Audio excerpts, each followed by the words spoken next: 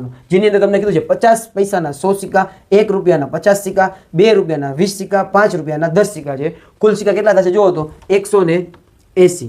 બરાબર છે. હવે એના માટે પહેલી સંભાવના આપણને પૂછેલી છે કે 50 પૈસાના સિક્કા હોય. 50 પૈસાના સિક્કા કેટલા છે ભાઈ? કેટલા છે?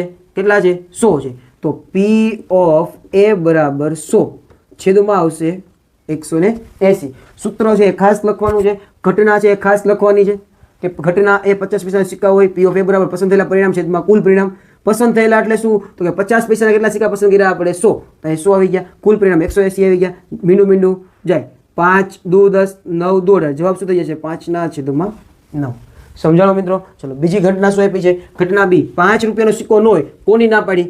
5 રૂપિયાની સિક્કાની. તો 5 નો નથી લેવાનો, બાકી બધાય લેવાના છે. કોના કોના? તો 50 નો આવી કે 1 નો આવે, 2 નો આવે. તો આ ત્રણેયનો તમે કરી દો સરવાળો.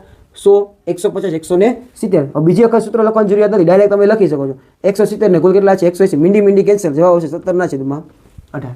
બરાબર છે. સંભાળવાનો દાખલો એટલે આપણને આવડવું જોઈએ, સ્પીડથી કરવાનો એટલે આપણે બીજા દાખલાની અંદર સમય છે આપી શકીએ. ચલો છેલ્લી ઘટના આપણને આપેલી છે 2 રૂપિયાનો સિક્કો હોય. 2 રૂપિયાના સિક્કા કેટલા છે મિત્રો? 20. તો ઘટના લખવાની P ઓફ C બરાબર 20/180. મીંડી કેન્સલ. 2 9 18. ઉપર કાંઈ નથી વધતું, જો ઉપર કાંઈ વધે છે નહીં, તો અહીંયા 1 આવશે. છેદમાં કેટલા આવશે? 9. બરાબર છે. અને ખાસ યાદ રાખજો, સંભાળવાનો દાખલો હોય એટલે ક્યારેય છેદ કરતા અંશ મોટો ક્યારેય નહીં આવે.